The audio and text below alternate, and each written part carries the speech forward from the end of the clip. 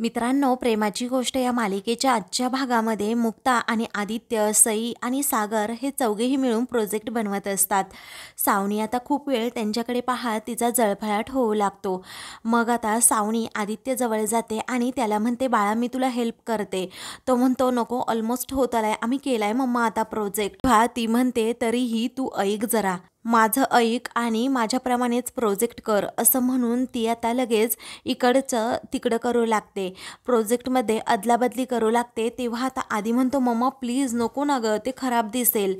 मग आता मुक्ता देखील म्हणते, हो ना सावनी, अहो आम्ही अगदी व्यवस्थित बनवलाय तो प्रोजेक्ट. सावनी म्हणते, तुला काय वाटतं गं, म्हणजे तूच फक्त प्रोजेक्ट बनवू शकते, आम्हाला काही येत नाही का? मग आता मुक्ता म्हणते, तसं नाही आहे, अहो तुम्ही जरा समजून घ्या. पण आता सावनीसमोर उगीच वाद घालायला नको म्हणून मुक्ता काहीही बोलत नाही. त्यावेळी आदित्य आणि सावनीचं आपलं काहीतरी सुरू होतं. मग आता सावनी ही मुक्ताकडे हसतच पाहत असते, कारण मुक्ताने कितीही आदित्यला हेल्प केली तरीही आदित्य माझ्या शब्दाच्या पुढे नाही, हे फक्त तिला आणि तिला दाखवून द्यायचं असतं. पण मुक्ता आता तिच्याकडे दुर्लक्षच करते आणि सईचा प्रोजेक्ट रेडी करत असते. तर दुसरीकडे लकी आणि आरती हे दोघेही एकमेकांना भेटलेले असतात. तेव्हा तो म्हणतो की युनिवर्स आपल्याला संकेत देत आहेत काहीतरी. तेव्हा ती विचारते, काय झालं? मग आता तो म्हणतो, हे सिम कार्ड नवीन आहे, हे ठेव. तुला जर माझ्याबरोबर बोलावंसं वाटत असेल, मला कॉल करावासा वाटत असेल, तर तू या सिमवरून करत जा, कारण आज पूर्णपणे फजिती झाली होती.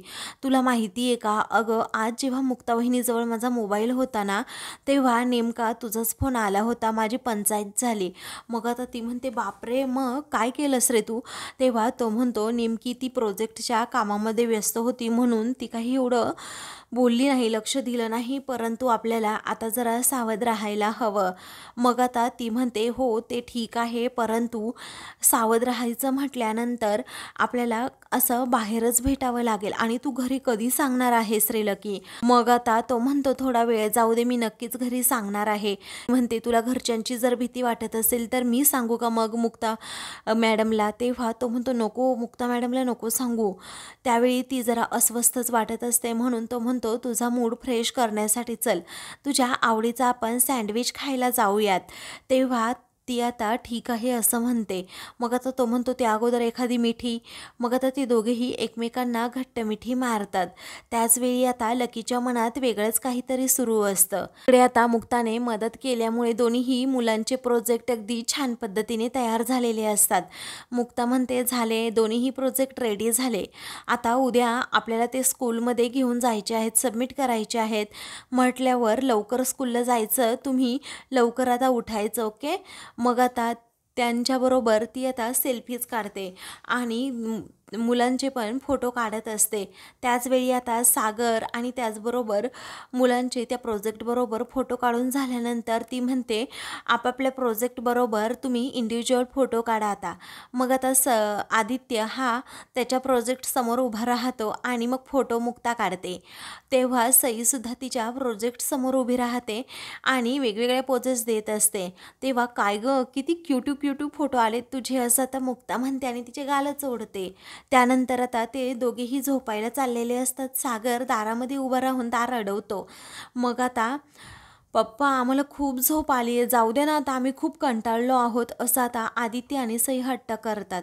मग आता सागर म्हणतो, नाही, मध्ये जर फाटक आलं तर काय करायचं असं तुम्हाला माहीत आहे ना? मग आधी विचार करून म्हणतो, टोल द्यायचा असतो. तेव्हा माझा टोल मला द्या मग, असं सागर म्हणतो. तेव्हा कोणता टोल? तेव्हा सागर आता आपले तोंड पुढं करतो आणि म्हणतो, दोघांनीही दोन्ही बाजूनी आता मला छान अशी पप्पी द्यायची. मग आता ते दोघेही खूप छान अशी पप्पी त्याला देतात. मग आता सागर देखील त्यांना पप्पी देतो. तर मुक्ता त्यांच्याकडे खूप कौतुकाने पाहते. तर दोन्हीही मुलं झोपायला जातात.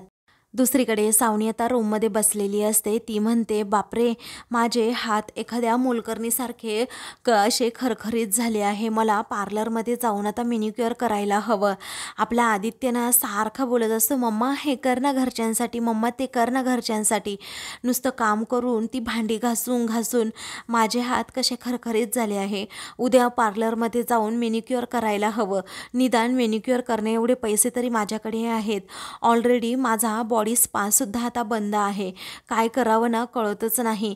असं म्हणून ती आता खूप वैतागते आणि म्हणते, ती मुक्ता ती एक डोक्यावर मिऱ्या वाटतेय. आपल्यासारखं सावनी हे करा, सावनी भाजी निवडा, सावनी हे करा, माझे सर्व नेल्ससुद्धा तुटून गेले आहेत. असं म्हणून ती वैतागते आणि आई कशी असावी याचे धडे सारखी सारखी ती मुक्ता देत असते. मला ना ती धडे देते ना ते अजिबात आवडत नाहीये. सारखं आपलं काहीतरी काम सांगत बसायचं आणि माझी कशी जिरेल ना याकडेच तिचं लक्ष असतं.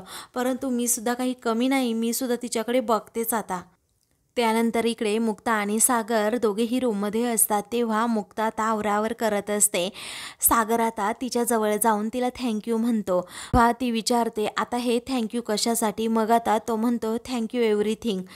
तेव्हा आता ती विचारते, म्हणजे कशासाठी तुम्ही म्हणताय? मी असं काय केलं? ही आवरावरीची जबाबदारी तुमच्यावर नाही दिली म्हणून? मग आता तो तिचा प्रेमानेच हात पकडतो आणि म्हणतो, थँक्यू फॉर एव्हरीथिंग. जर तुम्ही माझ्या आयुष्यात आला नसतात ना, मग मी काय केलं असतं आणि काय नाही काय माहीत. अहो, माझ्या कुटुंबाचं सुद्धा आणि माझ्या मुलांचं सुद्धा काय झालं असतं ना काय माहीत. त्यावेळी आता मुक्ता विचारते, काय झालं असतं अहो? मग आता सागर म्हणतो, तो विचारही मी नाही करू शकत अहो. अहो, लोकांनी आमची कीव केली असती आणि त्यांना आमची दया आली असती. एकमेकांबद्दल मनात प्रेम असूनही प्रेमासाठी तरसलेली माणसं आम्ही होऊन बसलो असतो. माहीत नसतो आम्ही एकत्र असतो की नाही. आणि ज्यांच्या मनात आमच्याबद्दल प्रेम नाहीये ती माणसं मुलांना आमच्यापासून दूर घेऊन गेलीच होती. आणि जेव्हा मुलं माझ्यासोबत होती ना तेव्हा मी कसा वागलो त्यांच्याबरोबर. माझं माझ्या मुलांवर प्रचंड प्रेम आहे, परंतु 2 मिनिट त्यांच्यासमोर बसून त्यांना सांगण्याची मला गरजसुद्धा वाटत नव्हती. आणि मुलांना पैशांपेक्षा प्रेम जास्त आनंदाचं वाटतं, जास्त महत्त्वाचं वाटतं. मला तेव्हा काही खरं कळतच नव्हतं. हे मी फक्त तुमच्यामुळे शिकलो असल्याचं आता सागर मुक्ताला म्हणते. तिचा हात घट्ट पकडूनच ठेवतो. त्यावेळी आता ती म्हणते, हो रिलॅक्स. मग आता सागर अगदी इमोशनल होत म्हणतो, नाही आज मला बोलू द्यात. पुढे आता सागर हा मुक्ताला म्हणतो, तुम्ही नेहमी मला जाणीव करून देता. शेवटी आईचं प्रेम ते आईचं प्रेमच असतं आणि तुमच्यासारखी आई म्हणजे मुक्ता आई मी कुठेच पाहिली नाहीये. अहो, तुम्ही माझ्या मुलांशी खूप छान वागता. असं म्हणून आता तो तिचे आभार मानत असतो, तिला सारखा सारखा थँक्यू म्हणत असतो. पण आता मुक्ता रागातच त्याचा हात सोडते आणि खुर्चीवर जाऊन बसते. तेव्हा आता मुक्ता ही बाजूला गेल्यानंतर त्याला समजतं मुक्ता का चिडली आहे. म्हणूनच त्याला त्याची चूक उमगते. मग आता तो लगेच तिच्याजवळ जातो, तिचा हात पकडतो आणि म्हणतो, सॉरी, आपल्या मुलांची मला असं म्हणायचं होतं. मग आता मुक्ता म्हणते, तुम्ही जर पुन्हा असं कधी बोललात ना सागर, तर अजिबात मी तुमच्याबरोबर बोलणार नाही हा. तेव्हा सागर म्हणतो, सॉरी मुक्ता. तेव्हा मुक्ता म्हणते, कसं असतं ना, आपण कितीही काहीही केलं ना शेवटी करता आणि करविता तोच असतो. अहो, 2 गोड मुलांचं प्रेम माझ्या नशिबात आलंय आणि ते देवानेच मला दिलंय आणि म्हणूनच मी इथे आहे कदाचित. अहो, या घरातील सर्वच माणसं किती गोड आहेत, किती छान आहेत. आणि मला ना अगोदर या घरात आले तेव्हा खरंच खूप भीती वाटायची की ही माणसं कशी असतील, मला कळतच नव्हतं. त्यात तुम्ही आणि तुमचा राग, बापरे बाप, मला आठवलं तरी कसं तरी होतंय. तेव्हा सागर आता मुक्ताच्या तोंडावर हात ठेवतो आणि म्हणतो, त्या रागाबद्दल प्लीज काही बोलू नका. आता मुक्ता म्हणते, तुम्ही सुद्धा सागर खूप बदलला आहात हा. म्हणजे तुम्ही तुमच्या मुलांबरोबर एवढं प्रेमाने वागताय ना, अगदी मित्रासारखे वागताय. तेव्हा सागर म्हणतो, हो ना, मागे वळून जेव्हा मी पाहतो ना तेव्हा मलाच माझं आश्चर्य वाटतं. कारण जेव्हा सावनी मला सोडून गेली ना तेव्हा मी राक्षस असल्यासारखंच वागत होतो. कोणाशी नीट बोलायचं नाही, कोणाशी नीट वागायचं नाही. अहो, इतकंच काय, मी माझ्या मुलीचं तोंड सुद्धा बघत नव्हतो. सावनीचा राग अख्ख्या जगावर काढायचो आणि तिला दाखवून देण्यासाठी पैसे कमवायचो. म्हणजे पैशांशिवाय मला दुसरं काही दिसतच नव्हतं तेव्हा मुक्ता. आणि मग नंतर तुम्ही माझ्या आयुष्यात आलात, मला एक एक माणसं कळायला लागली. तुम्ही मला त्यांची जाणीव करून दिली, नव्याने ओळख करून दिली. मग नंतर मला समजलं की पैसा नाही तर प्रेम महत्त्वाचं असतं, जे आपण एकमेकांवर करायचं असतं अगदी निस्वार्थपणे. खरं सांगू का मुक्ता, तुम्ही माझ्या आयुष्यात आलात आणि माझं आयुष्यच पूर्णपणे बदलून गेलं. अहो, इनफॅक्ट तुम्ही ते बदलवलं. असं म्हणून आता तो तिच्याकडे पाहतच राहतो. मुक्ताचं एवढं तो भरभरून कौतुक करत असतो. अहो, मला आठवतंय की मी तुमच्याशी सुद्धा खूप रूढ वागायचो आणि तुम्ही सुद्धा ते सगळं काही सहन केलं. ते फक्त माझ्या सईसाठी आणि माझ्या कुटुंबासाठी. तुमचे किती आभार मानून आम्हाला कळतच नाही आहे, असं म्हणून तो तिच्यावर चक्क कौतुकाचा वर्षाव करत असतो.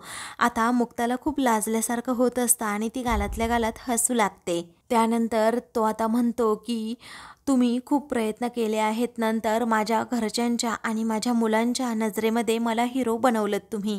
थँक्यू सो मच मुक्ता, असं म्हणून माझी दोन्ही मुलं फक्त तुमच्यामुळे आज माझ्याजवळ असल्याचं आता तिला म्हणतो. मी माझं जग फक्त तुमच्यामुळे पूर्ण झालं आहे. तुम्हाला कितीही वेळा थँक्यू म्हटलं ना तरीही ते कमीच आहेत. हा जो सागर कोळी तुमच्यासमोर आहे ना, तो तर कधीच मेला होता. आता त्या सागर कोळीमध्ये तुम्ही जीव ओतला आहे, असं म्हणून तो आता तिचं कौतुक करताना थकत नाही. आता एवढं कौतुक ऐकून मुक्ताच्याही डोळ्यात पाणी येतं. दोघेही खूप इमोशनल झालेले असतात. त्यानंतर आता मुक्ता म्हणते की नॉक नॉक, सर्चिंग फॉर सागर कोळी. की हा कुठला सागर कोळी आहे ना तेच कळत नाही. सागर म्हणतो माझी चेष्टा करताय का तुम्ही? मग आता मुक्ता म्हणते चेष्टा नाही करत, अहो खरंच तुम्ही खूप इमोशनल झालात ना तेव्हा विचारतीये. मग आता त्या दोघांमध्ये थोड्या गमती जमती होतात, गप्पा टप्पा होतात आणि मग दोघेही झोपी जातात. दुसऱ्या दिवशी पहाटे आता सावनीने 5चा अलाराम लावलेला असतो, परंतु तो अलाराम वाजल्याबरोबरच ती बंद करते आणि अगदी गाढ झोपी जाते. तर आता काही वेळातच आता सर्वांची कामाची लगबग सुरू होते. तेव्हा कोमल आणि स्वाती या दोघीही सर्वांना पोहे देत असतात. मग आता मुलांची सुद्धा स्कूलला जाण्याची घाई सुरू होते. त्याचवेळी आता आदित्य आणि सई आपापला प्रोजेक्ट घेऊन येतात. मग आता मुक्ता आंटी हे निघालं, मुक्ता आंटी हे निघालं असं म्हणून आता आदित्य हा तेथे येतो. ती म्हणते काही हरकत नाही राजा, आपण बघूयात. त्याचाच पाय आता अडखळतो आणि प्रोजेक्ट घेऊन तो आता खाली पडतो. तेव्हा मुक्ताला खूपच वाईट वाटतं. घरातील सर्वजण त्याच्याजवळ येतात आणि त्याला विचारतात काय झालं बाळा? मग आता तो म्हणतो कसं आहे ना, माझा प्रोजेक्टच खराब झाला, आता मी काय करू? मुक्ता आंटीने आणि मी किती मेहनतीने काल हा प्रोजेक्ट बनवला होता, आता टीचरला मी काय सांगू, सांगा ना मला. तेव्हा मुक्ताला खूप वाईट वाटतं. ती म्हणते बाळा थोडंसं रिलॅक्स ठेव, आपण सगळं काही करूयात व्यवस्थित. त्यावेळी आता तो म्हणतो बरं ठीक आहे.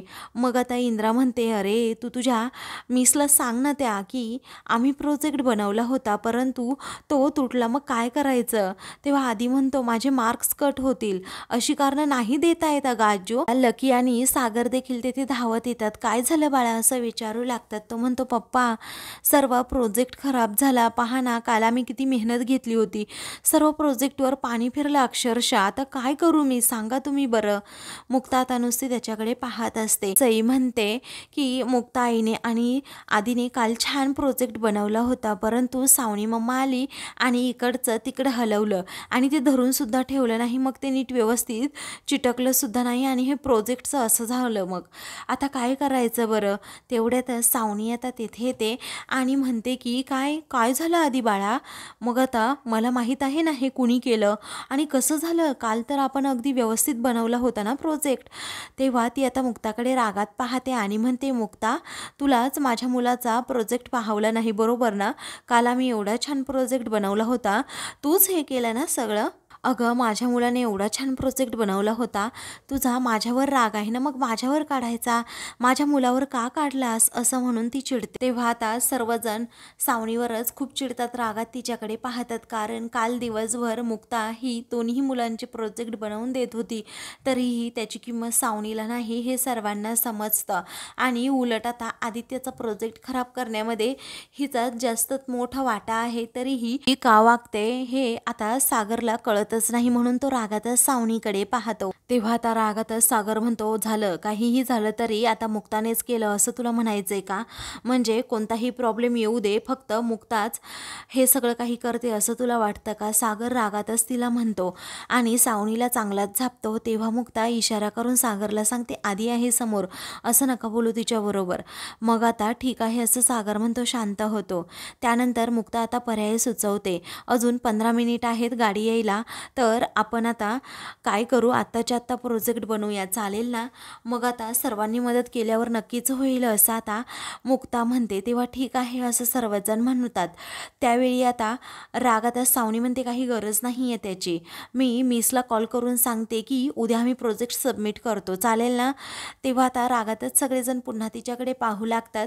मग आता मुक्ता म्हणते काही स्कूलचे नियम असतात सावनी, शांत बसा आता तुम्ही आणि आम्ही सर्वजण प्रोजेक्ट तयार करू ह्याचा, असं म्हणून ती सर्वांना आता कामाला लावते. आता मध्ये पुन्हा सावनी म्हणते काय ग 15 मिनिटात तू प्रोजेक्ट कसं तयार करणार आहे आणि तुझ्याकडे काय मॅजिक आहे का 15 मिनिटात प्रोजेक्ट तयार होईल म्हणून?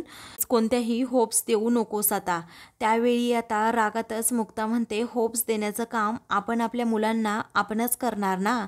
अहो आपणच जर आपल्या मुलांना होप्स नाही दिल्या तर मग कसं होईल, असं म्हणून ती आदीला म्हणते बाळा मला खात्री आहे की आपण काहीतरी चांगलं प्रोजेक्ट आता करूयात, चालेल ना?